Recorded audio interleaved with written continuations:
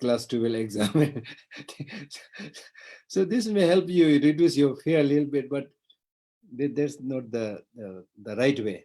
So merits be offered to sentient beings. Now here we talk about sentient beings. You are talking about sentient beings with whom you have karmic connection for so many lives. You are talking about your mother sentient beings, basically. And isn't this wonderful that you dedicate all your good things to your parents, not just yourself, and parent also not just one, all mother sentient beings, who you know, who you don't know, who are happy, who are suffering, in different forms. Some of these sentient beings today look like they're happy, but deep down, as you know, they're in the samsara. So they are suffering from that conditioned suffering, things like that, right? Negative emotions, things like that. So therefore, there's nobody in the world who doesn't have that problem, suffering. In whatever manner they are posing, as a president, as a prime minister, as a billionaire, I mean, even if you focus on the so-called billionaires, today you are number one in the world, right? I was reading that yesterday. The next day, so many of their billions of their dollars are lost overnight, and your number goes down. So there's no kind of certainty, no certainty. So everybody has problem. It's a different degree, different types. So therefore, the merits be offered to sentient beings. Always make great prayer. So making prayer and dedication, there is a difference. Prayer means pray for something. It's an aspiration that may become Buddha for the benefit of all sentient beings, things like that. Dedication means you've already done something and you're dedicating it, right? So in English, the words may be totally different, but in Tibetan, sometimes it is ngova and molam, a little bit confusing. So ngova or dedication means dedicating what you've already done, the good things that you've already done.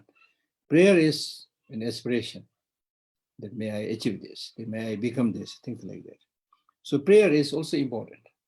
Verbally praying few times in a day, morning, afternoon, evening, or whenever. And one very simple way is just recite this 4-line, I take refuge to Buddha Dharma Sangha until I become Buddha. Through my practice of giving and so forth, may I achieve Buddhahood for the benefit of all sentient beings. So that way you take refuge to Buddha Dharma Sangha, also cultivating bodhicitta. And this you can do several times in a day. And that recitation itself will, in a way, boost your immune system. Your attitude will be changed, you see. That will inspire you to do many good things. So for us beginners, we need to adopt all kinds of manners and methods to encourage ourselves doing the practice, by reciting, by thinking, by doing, which also shows that you're completely into the practice, right? So always make great prayers of the 7 limbs. 7 limbs. I think it will come in the end in the text. And doing thus, both merit and wisdom will be accomplished. So merit basically means cultivating wisdom is also collecting merit. But when we talk about merit and wisdom, then merit, we are primarily talking about all those on the side of the skillful practices, like development of compassion, practice of giving, and so forth. Out of the 6 perfections, the first 5 are kind of categorized as merit, and wisdom is on the side of the insight, the realization of wisdom. But basically, it's of course collecting merit. And if you in this way cultivate the positive qualities, especially the merit and wisdom, the method and wisdom, then both the obscurations will be ceased. Both the obscurations means afflictive obscuration to nirvana and obscuration to enlightenment, right? The obscuration to nirvana is afflictive emotions.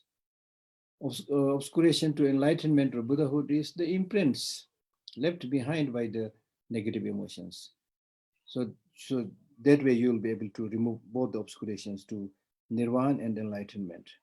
And actualize. So it is in this way that you can make your life meaningful. See, it's quite simple.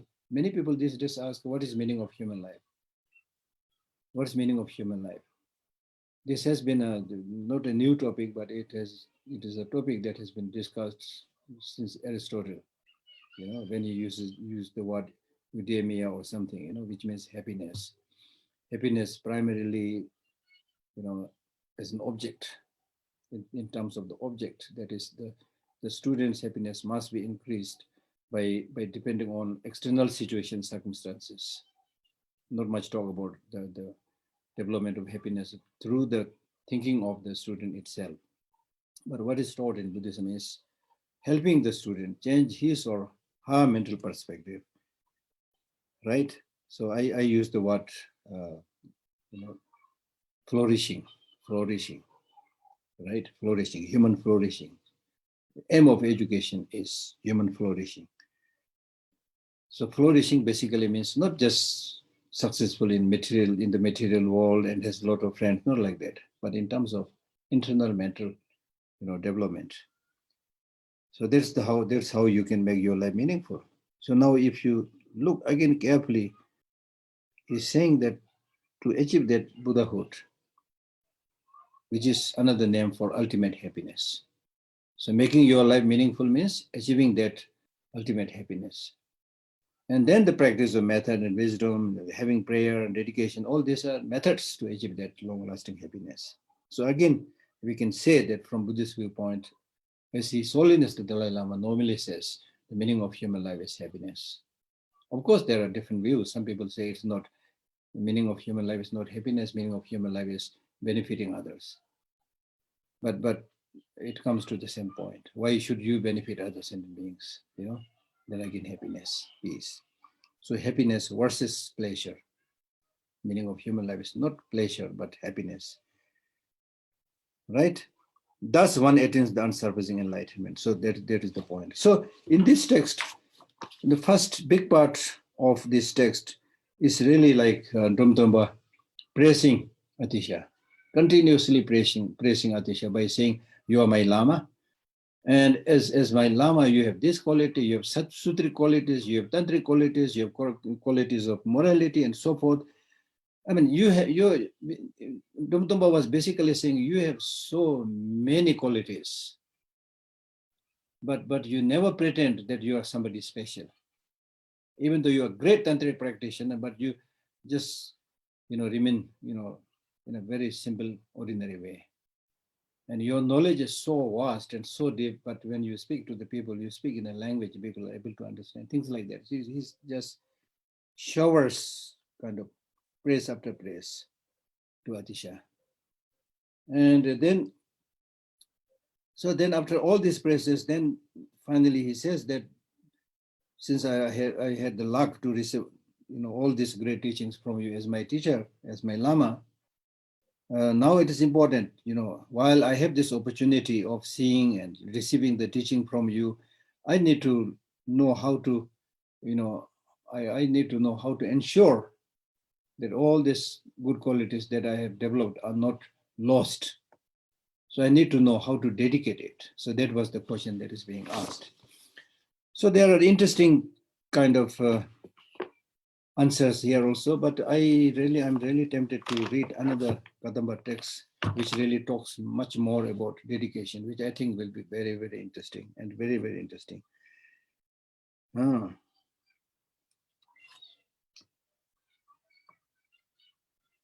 So therefore, in terms of dedication, as I said earlier, dedication means whatever good things you have done, whatever merits you have collected, dedicated to achieve Buddhahood for the benefit of all sentient beings.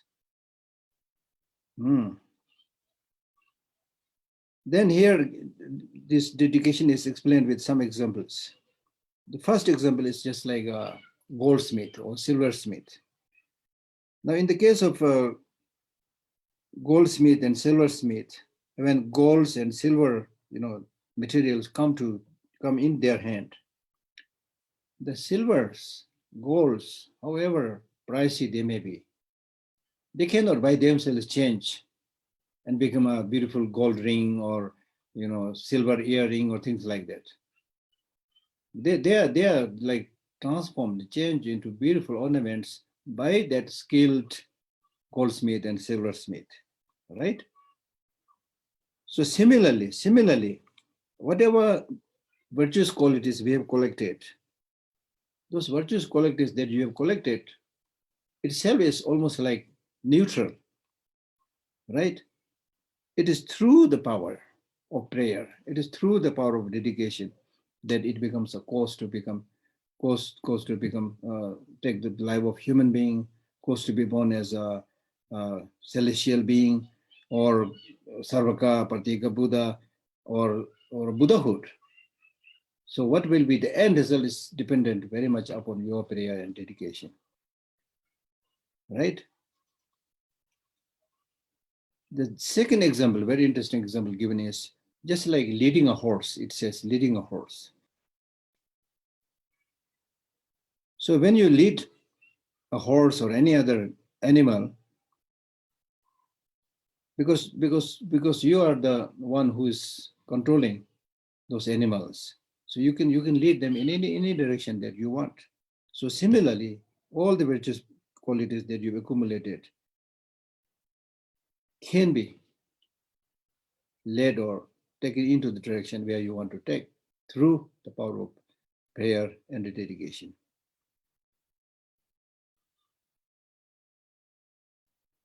So the next question is, okay, if that is the process of meditation, then to what purpose you should dedicate it? Basically, we have discussed it, but this is important question.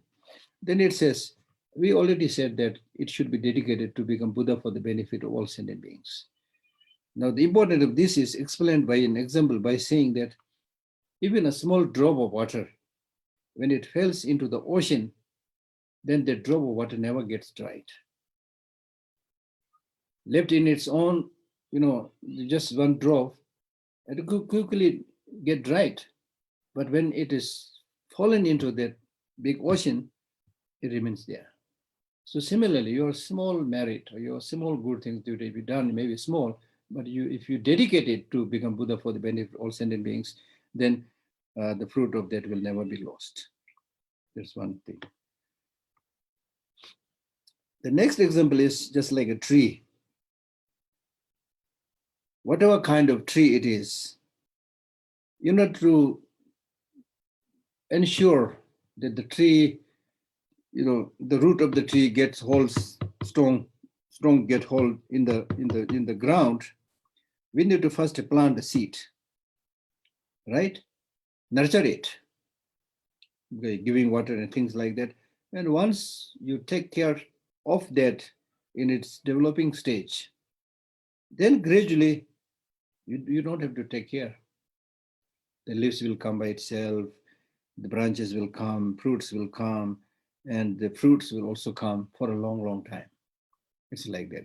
It is by taking small care of that tree when it was in the form of a seed. So the root of all our good deeds, if we dedicate it to help sentient beings get out of the samsara and become Buddha, that fruit will be there for all time to come. Another example is, like, for example, if you just go and try to hit somebody on the nose, right? And if you're unable to hit on the nose, instead you hit on his mouth. Or if you go to hit his mouth, couldn't hit it on the nose, you can make such mistakes, right? So like that, in many cases, we may not be intentionally trying to do something good, but just like, wishing to hit the mouth, but getting hit on the nose. Likewise, we may be doing something silly, stupid, but it ends up doing something good. So even those good things should be recognized and dedicated, right? So as I said, depositing money, in the bank, it is actually here in this text also. You have the interest and the capital. Sometimes the capital is lost, interest is still there. Sometimes interest is used, capital is both still there, right?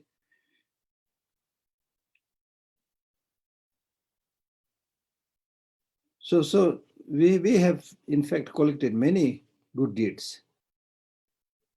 So it's important to make sure that both the interest and the capital of whatever good deeds you have done becomes a cause for achieving Buddhahood for the benefit of all sentient beings. Then also when you dedicate you should change that dedication also. Change the dedication means sometimes you must have dedicated in the wrong way, or you must have dedicated it for an inferior purpose. So if you find that you've done a wrong dedication or inferior dedication, then you should change it. As I was saying, that if you're dedicating it just for yourself and things like that, now you change it to become Buddha for the benefit of all sentient beings. Right?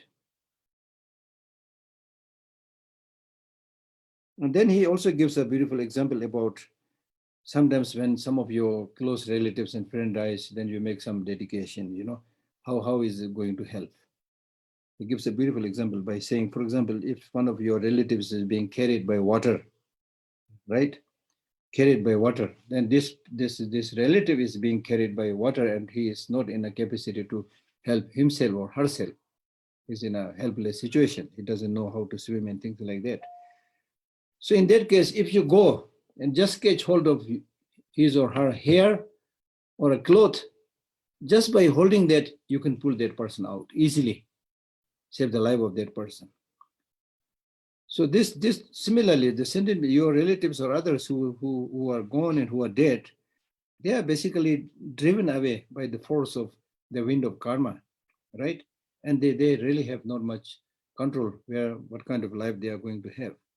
And they do not have the power to choose happiness from suffering and things like that. So during such a time, the relatives remaining behind, if they do something positive, do some virtuous practices and dedicate it for the purpose of that person, it will help them. The example is a wonderful example. And in fact, Atisha himself clearly says, in fact, how long your dedication is going to help that dead person. And he says, until the name of that dead person is completely becomes oblivious.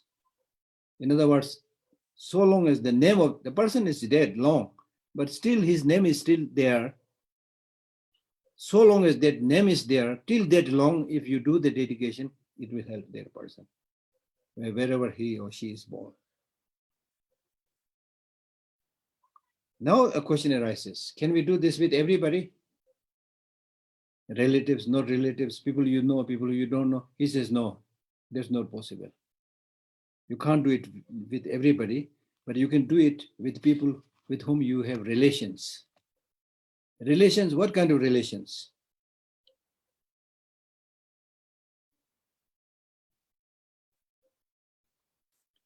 Number one, he talks about relationship. How, if there is a relation, how can you help?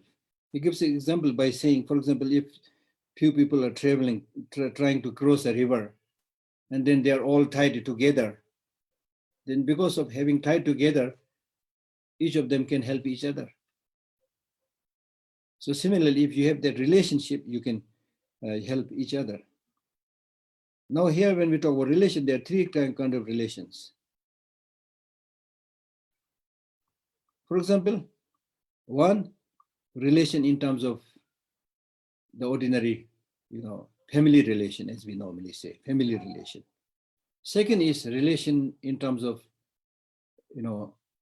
owning the same property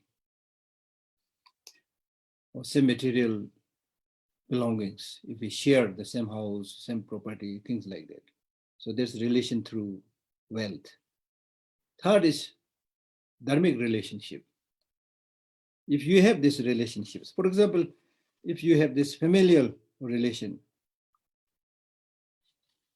there is a long story. I don't want to read that story, but he tells the story of once Buddha was invited to a family, to a group of people to do some prayer. Then some hungry ghost quietly visits the Buddha and saying that we got stuck here for so long, so nobody dedicated for us. So tomorrow, please help, dedicate that good thing that you do for us. This is a long story, and Buddha did this, and they all got, liberated from their life. So therefore, for our forefathers, for our parents, for our children, if we dedicate, the positive fruit will be there. as I said already. And then if you have this relation in terms of material possessions, there's a story of Domtomba himself, you know, telling his upasakas in the Rading monastery. He goes there and says, you should all, put together, mix all your possessions so that you all share together. And that way, if somebody dies, then others can do the dedication and that person will be benefited.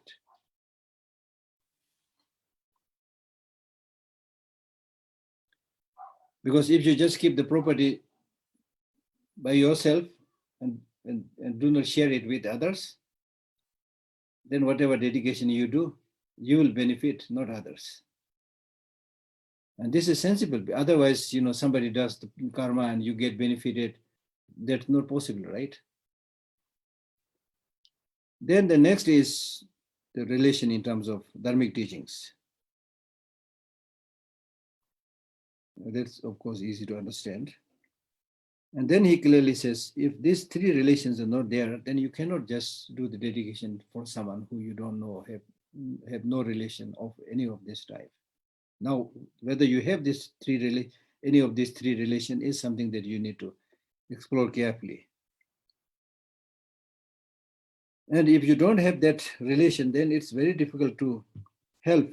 For example, even in the case of Buddha, there are accounts that there were people who Buddha could not help because there is no karmic connection. And there are cases of people who Buddha cannot help, and some of his students were able to help because of having karmic connection.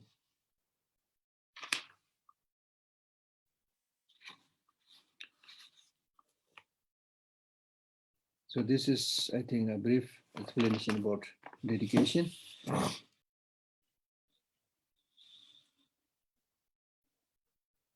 So therefore, the request is made to Atisha by Domdamba by saying that since I found you, my Lama, at this time, it's important for me to achieve a secure place. And for that, I need to know how to do the dedication. Because you are the perfect witness in front of which I can do all these dedications. So he requested him to help him do that dedication.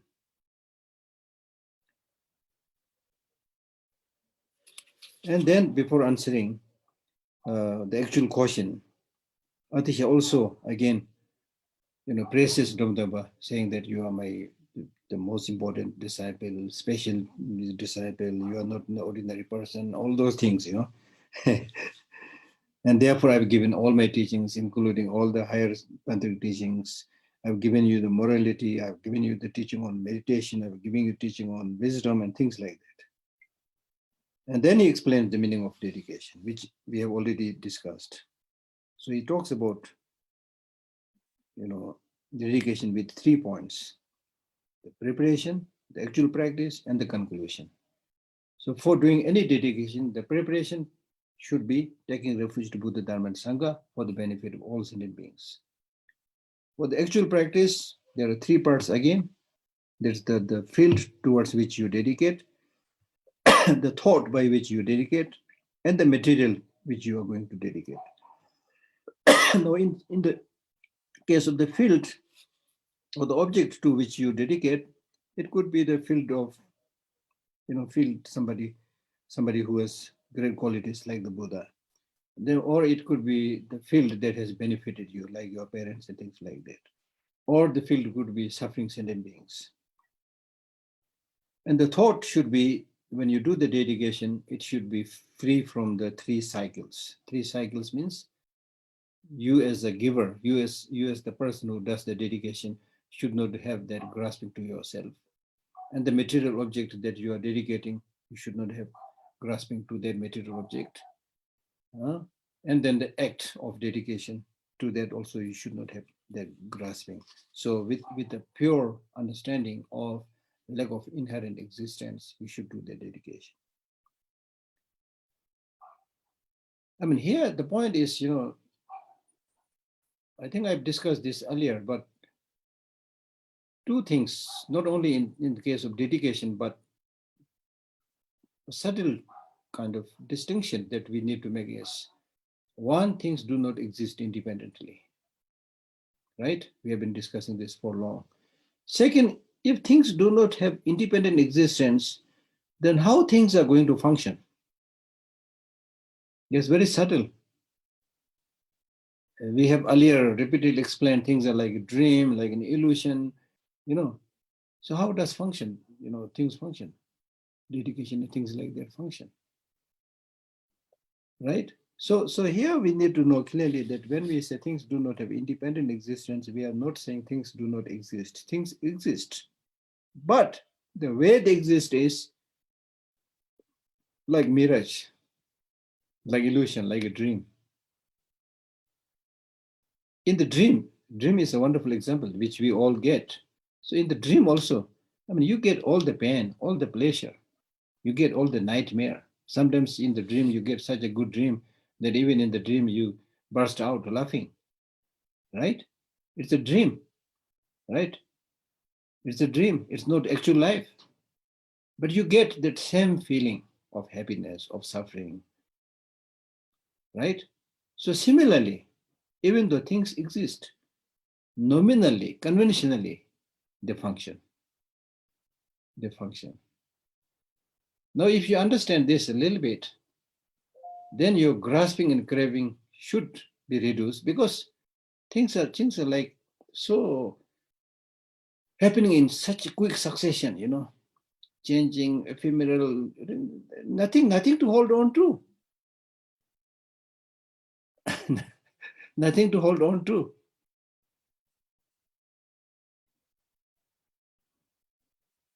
This is easier said than done. We need to reflect on this properly. I think I said this earlier, that the beauty of this teaching is the more and more you go into understanding the reality of things and understand this subtlety of having no independent existence, things like that, and seeing things as illusion, dream, and things like that. This kind of understanding and thinking will strengthen your virtuous practices. It's interesting, funny and interesting, but it will weaken and reduce your negative emotions. Right? For example, just to give you a small clue, for example, take the example of an impermanent human being. It doesn't make any sense to kill or destroy that impermanent human being, as we say, because that person itself is impermanent, going to die, fragile. So why try to kill that person? It makes perfect sense to love and to have compassion to that person, because that person is suffering, impermanent, fragile. It makes perfect sense. So I don't know how to say it properly. See, this I think is basically so profound and so encouraging. So encouraging. So that kind of insight will help you to understand that it really makes sense to help other sentient beings, to do good. It doesn't make sense at all to harm other sentient beings, to try to destroy things. Perfect sense. If you look at the external nature also, you see, whether nature is created by somebody or not, but the nature of nature is such that anything that you do positive will help them flourish, live in harmony, grow, give fruits, flowers, things like that. I'm looking after some flowers these days, so almost every day I water them and look at them. Almost the flowers look like they're smiling against me, So it's, they don't talk with me, but they also, like, when somebody is taking care, they flourish, right? So this is in tune with the law of nature. Okay. So therefore, this thought must be free from any kind of grasping or seeing things as having inherent existence. Right? And then the thing that you offer is a material thing, or it may be your spiritual practice. It should be something that basically belongs to you, something that you own. For example, if there's a lot of discussion and debate, in the philosophical text, as I remember that very well. For example, there's a question saying that if you say go to a big city and visit a beautiful garden with so many flowers and things like that, then you as a practitioner, can you dedicate that or not? There is a question like that. Then the answer is yes, you also belong to that community, so you have also some partial right. So you can dedicate it, right? There's a question that if it doesn't belong to you, if you dedicate, then it's almost like stealing, no? So there's a lot of debate about things like that. So it can be something that you own, or it can be something that you like part of the honor. But then, of course, through mental visualization, there is no limit. You can make those offerings, right?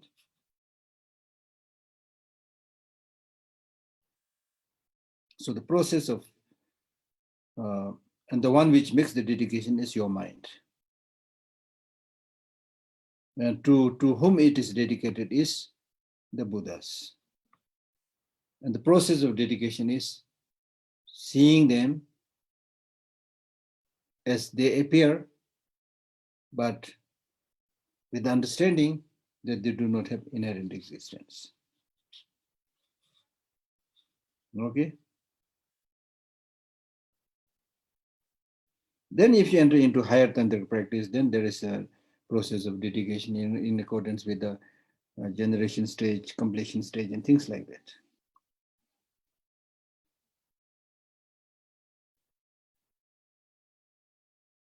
Then you can also do the dedication through cultivation of aspirational bodhicitta, engaging bodhicitta. There's so many ways of doing that.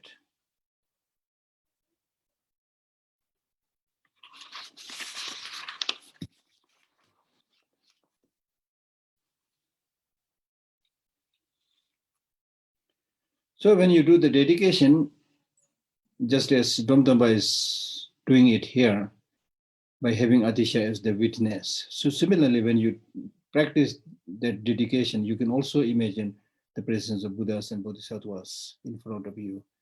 And then in front of them, you dedicate. And in front of them, you can also confess negative deeds. So you have a host of witness. And in front of this host of witnesses, the great beings, and then you can do this 7-limb practice, as we discussed already.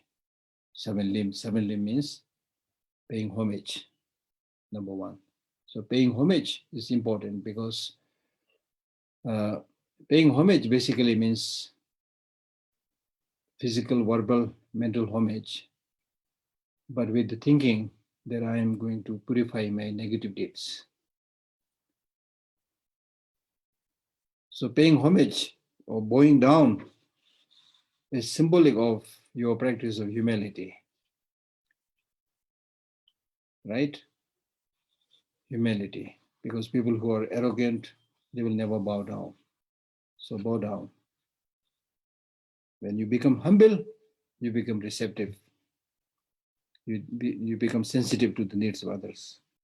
When you become humble, you're receptive means you're ready to receive all the good qualities from others.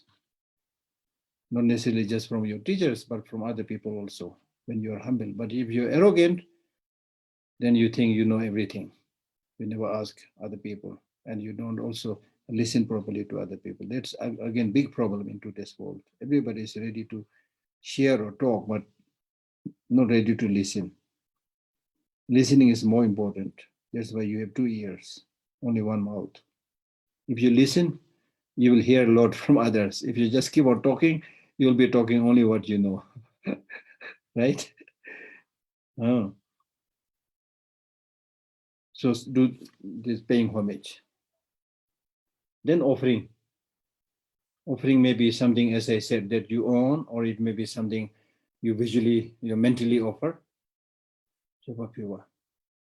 And that offering is also important because just as we highlight about the importance of practice of giving. So similarly, offering is to higher objects, you make offering. To ordinary sentient beings, you practice generosity, right? Therefore, many great Kadamba masters, they say, I will not talk much about your benefit of your offering or giving, but I will talk about the disadvantages of holding, miserliness, stinginess. You see, even if you're on the deathbed, still you will think, I need this, I need this. You're surrounded by so many things, and it's so, keep on hoarding, whatever comes in the market. I need this, I need that. Your small room is flooded with all objects, many of which you really, really don't need. There are hundreds, thousands of people who don't have many of these things that you have hoarded and which you are not using. So it will be a great adventure and great joy if you one day explore what you've hoarded over the years and then make a donation to people who are really in need. And I'm not just talking. I try to practice this on and off. It's such a wonderful, not only helping other people, but at least you will be cleaner, right? Your life will be simpler. Your life will be simpler, right?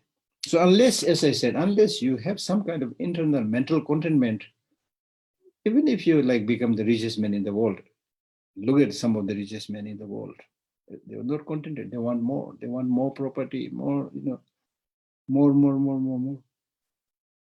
And the more you have, the more you have problems. Nothing comes value free. And then confession, which is the second important topic of this text. Confession means we all commit negative deeds. So as soon as we commit some negative deed, it's important to realize and see that as if we had drunk poison. If you have drunk poison, you will never say, oh, I will go to the doctor after a few days, after 2 weeks or 3 weeks. No, because there is risk of dying soon, right? So you will immediately go to the doctor or somebody to take that poison out. And in this text, it gives an example of 7 people.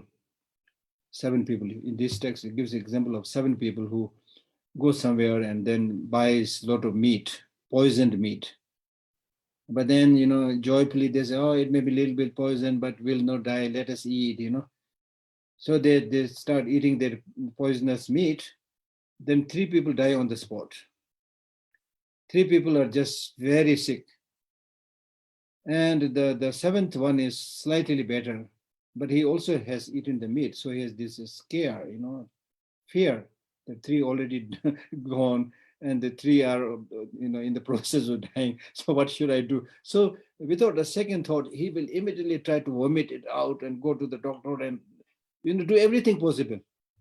So similarly, when we have, done a negative thing, it's important to not to say it is okay. It's not okay. Just regret it. As Milarepa says, if you are somebody who is really thinking about confession, then regretting it, right? It's the most important thing. So we are using this word confession, but Tibetan word is shower, tikpa shower. Shower means just like shing shower, splitting tree or log of wood. So when you cut open a log of tree, then you are able to see what is inside. So similarly, confession means just you show the truth, what has happened. You reveal the truth that you have done something wrong, right? Not hide it. That is the meaning. Then, rejoicing. Rejoicing is a beautiful practice.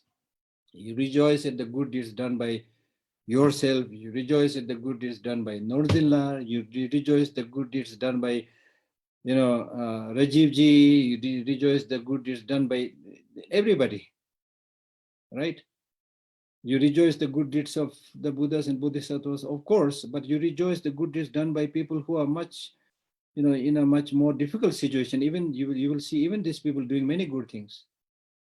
Really, I've seen many people, they are like materially very poor, and educationally they don't have much education, but always smiling, relaxed, amazing. They speak very softly, very kindly, so amazing, right?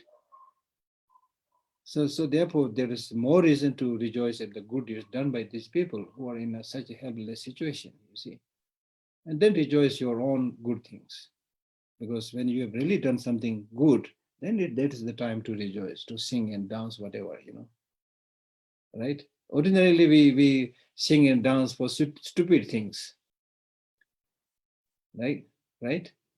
But when you have done really something good, then let us have a party, kind of attitude is really important.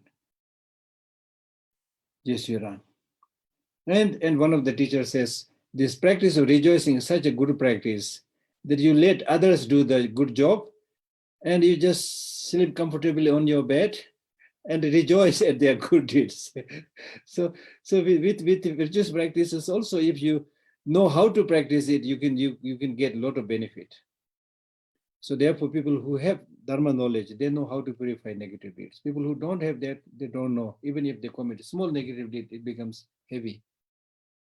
And there is an example in the text saying that kepe digba jiyaya. That means the negative deeds done by learned people, even if it is heavy, it will become light. Limbu digba yaya chi. People who are stupid, fool, who may have committed a small negative deed, which may be light, but it will become heavy. To explain this point, they give this example that if you make a piece of iron and change it into iron ball, right? Let us say 1 kilo of iron tin, sheet, and then make it one iron ball. Then you drop it in the ocean, it will immediately go deep down. So the negative deeds committed by people who are not landed is like that. But the same iron ball, if you flatten it, make it an iron sheet, then you drop it on the ocean, it will not go down, but it will float on the surface, right? So you can always so here I'll tell you a joke. Once in this connection, I used to tell a joke. I used to ask people, actually I read it in a book. I used to ask people, which one is heavier, 1 kilo of iron or 1 kilo of cotton? Then people then people say, what a stupid question, Geshe. It's just 1 kilo, it's same. Then I would say, okay, you go down. First I will drop that 1 kilo of iron on your head, or maybe the 1 kilo of cotton, so you will see which one is heavy. This is a just joke. So like that. Yeah, but yes, you're right. And then instigating, requesting Dharma teachers to give Dharma teaching, right? Because in the general Buddhist teaching, it says that if you should not give Dharma teaching if you are not requested, right? There are many people who just keep on advertising that I'm the great Dharma teacher. You come and listen to my teaching, you will get enlightened in 1 week. So Dharma has become a business. It's happening. But according to the Buddhist text itself, teaching itself, it says masol wal mijao. That means if you're not requested, don't give teaching. That's the general process. But if you really, after do analysis, if you find some people, or one person who is really, really humble and doing Dharma practice and looking for a teacher, but he's so humble that he doesn't dare to request somebody to give the teaching. If you are very sure about that, then even if you're not requested, you can say, I'll help you and you can teach. But generally, if you're not requested, don't give teaching, right? So therefore, now it becomes the responsibility of the followers and students to request the teacher to give the teaching. And you will remember that Buddha, after getting enlightened, he did not give teaching. He did not give teaching. He was requested to give teaching few times, but he did not give teaching. The gods and the human beings, they all went request him to give the teaching. He simply said, I found something that is profound and peaceful, free from fabrication, clear light, unconditioned. Even if I teach, nobody will understand. So let me just continue my meditation. Don't disturb me. He was saying this because of many reasons. One, what he found really was profound and so forth. That is true. So thereby he is saying that if you really want to listen to the teaching, there should be some seriousness. You should really be serious. Do not take this lightly, right? And then second, because the teaching, the realization, the knowledge he got was so precious, right? At least the proper request should be made.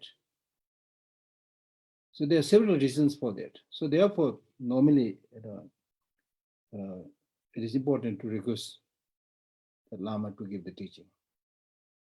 And then requesting the Lama to not to pass away. Now, for people who don't have Buddhist understanding, they might see this as funny, the students make a request to the Lama, stay long, make this long life offering, then Lama accepts that as if he has the control to live long. So people who don't believe, communists, they might say, what a hypocritical sin, this is all pretension. So how are you going to explain this? Once, when I was visiting Switzerland, giving some talks to the Tibetans long time back, they asked me to explain this. Then I explained this by saying, it's very simple actually, how this contributes to the longevity of the life of the Lama. I give this example of, after having observed some of the people who work in different offices. If you watch them, at 5 p.m. when the office hour is gone, then those people who have very good rapport or relationship with their family and their kids, they immediately go to their house. Then my wife is waiting, my kids are waiting, there's love, there's affection. So, both the house and the wife and husband waiting each other. So that will contribute to their health and happiness, of course. And I've also seen that those who do not have that great relation, then even after 5, they will not immediately go to their home. They'll just go at the meeting place of the market and things like that, and just loiter around, and then they go almost like reluctantly back to their home. And then you have this husband or wife waiting. How come, your office finished at 5, still where are you? So you will be welcomed like that. and he will also tell some lies, saying, oh, I met this friend, that happened. You can come up with all the stories. So if what I'm really saying is, if you have this good relationship, that helps. For example, if you make this request to the Lama not to pass away, the Lama will be thinking that, he may not be thinking that I have the control over my life, so I have been requested, so I will live long. Not like that. Not like that. But he will be thinking that, oh, my life has some purpose. Many people are benefiting. They are requesting me. So I must take care of my health. So that way it really contributes to that. In a very superficial, mundane way, that is my explanation. Then deeper down, there are teachers who really have that, realization, higher realization, who have control over their life. Then also in terms of having very good spiritual bond between the teacher and the students, this kind of pure bond will also help towards the health of the Lama. So there were several reasons. It's not just be fooling oneself. Wishing, so on there. And then finally, dedication, about which we have discussed a lot. So I think that's more or less it, and my time is gone. So I'll stop here.